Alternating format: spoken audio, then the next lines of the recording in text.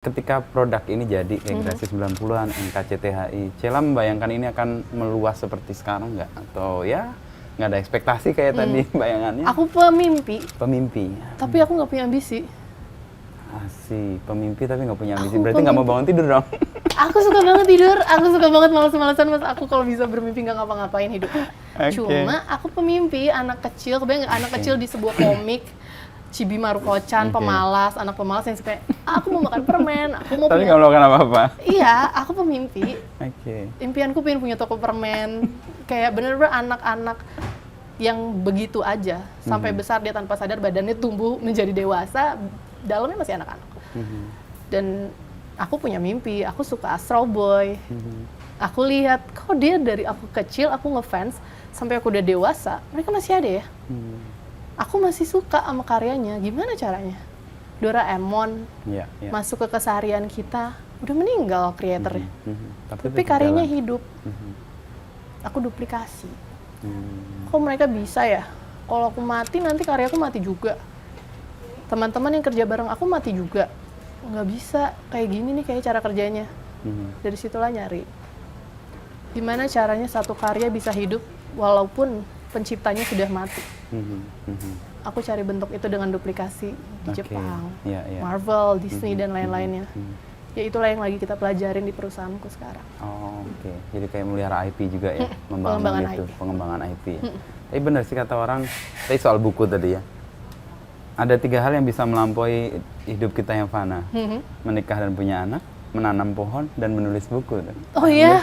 3 itu. Aku mau nanam pohon sama punya anak, belum untung aku udah nulis buku. Iya, betul. Paling enggak, apa yang sudah kita taruh akan dikenang lebih panjang. Dan ini sih pasti sih, dari generasi ke generasi. Amin. Ini anak-anakku mas, perkenalkan. Ada rencana lain untuk mengembangkan kegelisahan baru atau pengalaman subjektif lain gitu kan? Tadi kan ini subjektif juga, yang NKCTHI juga subjektif juga, atau problem yang dihadapi ya sekarang? Ada, pasti ada. Pastilah, pasti kelihatan nggak? Pasti ada, aku lagi dalam proses. Tapi yang itu, akhirnya aku sadari aku tuh ngerasa lompat-lompat. Generasi kayak NKCTHI moodnya beda kan? Beda, tapi aku menemukan satu kesamaan. Benang merah. Ya. Satu benang merah yang aku sadari, aku sekarang baru buat 5 buku, mau 6. Satu kesamaannya adalah ternyata selama aku membuat karya, aku tidak pernah hidup sekarang. Tapi hidup di? Semua karyaku tuh mesin waktu. Generasi tuh balik ke tahun 90-an. NKCTHI itu maju ke 2024. Kamu terlalu banyak bercanda, prequelnya itu mundur ke 2008. Dan untuk pertama kalinya aku buat buku yang sekarang. Kayak ternyata itu mencerminkan diriku. Mesin waktu tadi itu ya? Diriku secara pribadi yang tidak pernah hidup sekarang. Aku hidupnya di fantasi, selalu di sesuatu yang fantasi, fana gitu. Entah memori yang udah lewat atau sesuatu yang belum terjadi. Aku ternyata tumbuh bareng karyaku. Itu menyenangkannya ternyata membuat karya. Aku hidup terlalu terplanning. Suatu hari aku bikin buku, aku mau apa. Aku nggak, ternyata pada masa sebelum sekarang gini, sebelum pandemi khususnya, aku hidup sama sesuatu yang abstrak banget. Yang nggak ada, nggak bisa dipegang. Masa lalu, masa depan kan. Dan untuk pertama kalinya aku sekarang lagi membuat karya yang tidak tentang mesin waktu, tentang hidupku, tentang hari ini aja, apa yang real. Dan ya itu ternyata tumbuh bareng karyanya. Aku baru sadar pas sudah kayak, iya ini tentang ini. Ini yang aku hadapin waktu umur segini ya. Dan menariknya ya kita tumbuh aja bareng karya. Iya. Kalau tadi kan Cella cerita, memilih DKV kan ke kampus yang tidak disepakati orang, atau tidak diketahui orang tua. Pertama milih DKV itu bayangannya apa ya dulu? Karena matematikku di rapot bayangan tuh nilainya 18. 18 dari skor 1 sampai? 18 dari 100. Wow. Aku ingat aku ambil rapot bayangan kelas 3 SMA. Aku nih lagi duduk, terus aku lihat nilaiku kan, aku ketawa gitu. Terus aku bilang sama ibuku, Mam, masa bisa ya nilai sama umur sama? Terus ibuku juga ketawa, iya gitu. Terus gurunya tuh mau marah, mau berharap aku dimarahin nih kayaknya sama ibuku. Tapi enggak, karena memang keluargaku menomorsatukan kebaikan daripada pendidikan gitu. Jadi dari situ aku mikir, apa kampus yang nggak ada matematiknya? Itu cluenya. 13 tahun aku sekolah di sekolah Islam. Sekolah di sekolah Islam, dan aku diajarkan untuk ikhlas. Apa yang kita berikan tidak perlu kembali. Apa yang kita kasih sepenuhnya karena kasih sayang, bukan karena sesuatu yang diharapkan balik. Aku kontradiktif dengan mempertanyakan kenapa 1 tambah 1 harus 2 kita hitung. Ini di pelajaran agama ikhlas. Itu, ya. Semuanya berdasarkan kasih sayang, bukan karena perhitungan. Jadi kayak itu aku nggak kesana tuh passionnya. Jadi aku pilih desain. Karena kayaknya cuma itu satu-satunya kuliah yang nggak ada matematiknya. Ternyata aku salah. Di dunia nggak ada yang nggak ada matematiknya. Aku terlalu naif. Nggak ada ternyata. Semua tuh ada hitungannya. Ada betul. Dan ya untung aku kecebur di sana. Mentalku terbentuk Di situ ya. Tapi kan ada kesempatan untuk membohongi orang tua kampus yang dipilih. Itu gimana? Apa pertimbangan Cella tuh gitu? Karena aku pemalas, aku udah bilang aku nggak ambisius. Di kepalaku, aku akan kuliah 1 tahun, terus aku putus kuliah, terus aku nikah. Itu imajinasi terbaikku waktu SMA.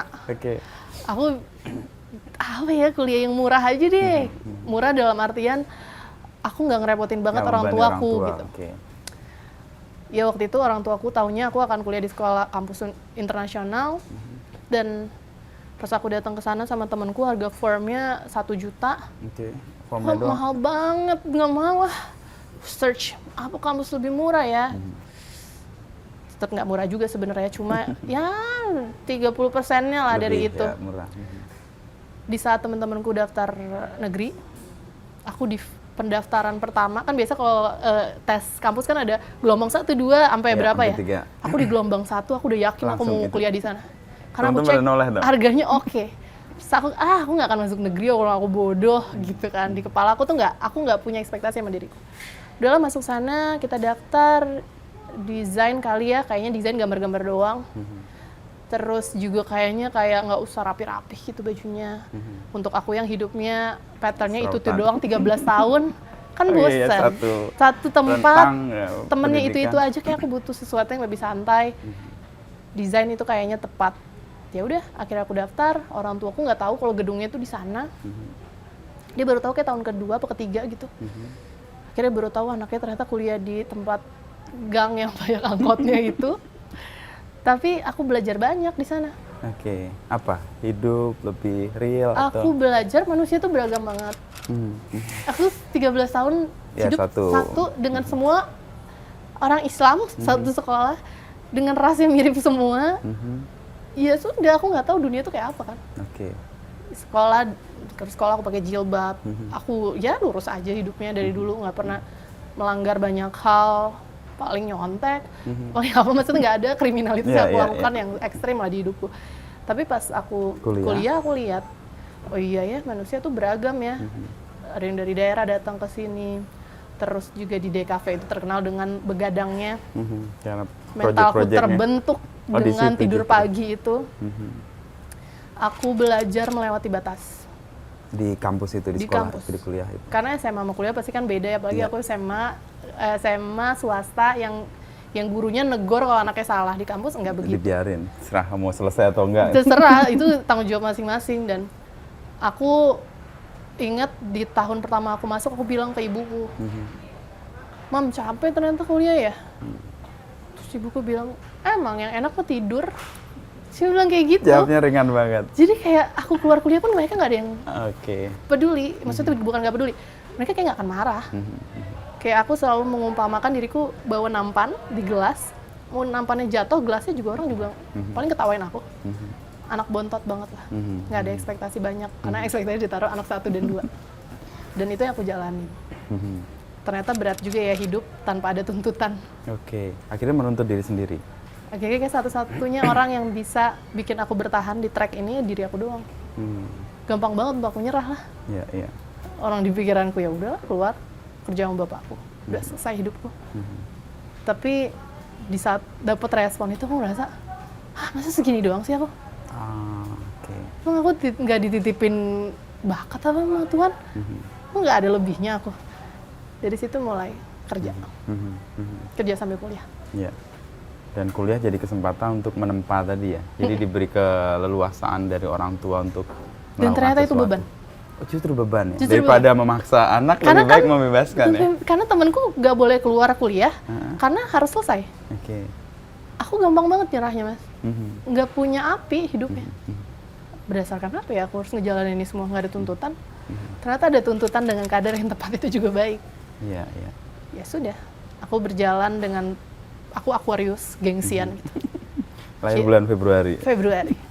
Aku bertekad apapun yang aku mulai, sejelek apapun harus aku Harus selesaikan. selesaikan. Itu Aquarius banget ya. Aquarius. Pride. Kayak aku nggak mau kalah nih, orang kira aku bodoh, orang kira aku males apa enggak. Aku SP terus setiap tahun, Oke. tapi aku nggak pernah liburan 4 tahun itu. Aku ikutin semester pendek, kan biasa di hari libur. Oke, ada waktu untuk Semester ngejar ya. pendek. Dan aku dengan bangga aku lulus dengan IP 3,8. Wow. Aku bangga sama si anak pemalas Dan itu. buku ini. Dan buku ini.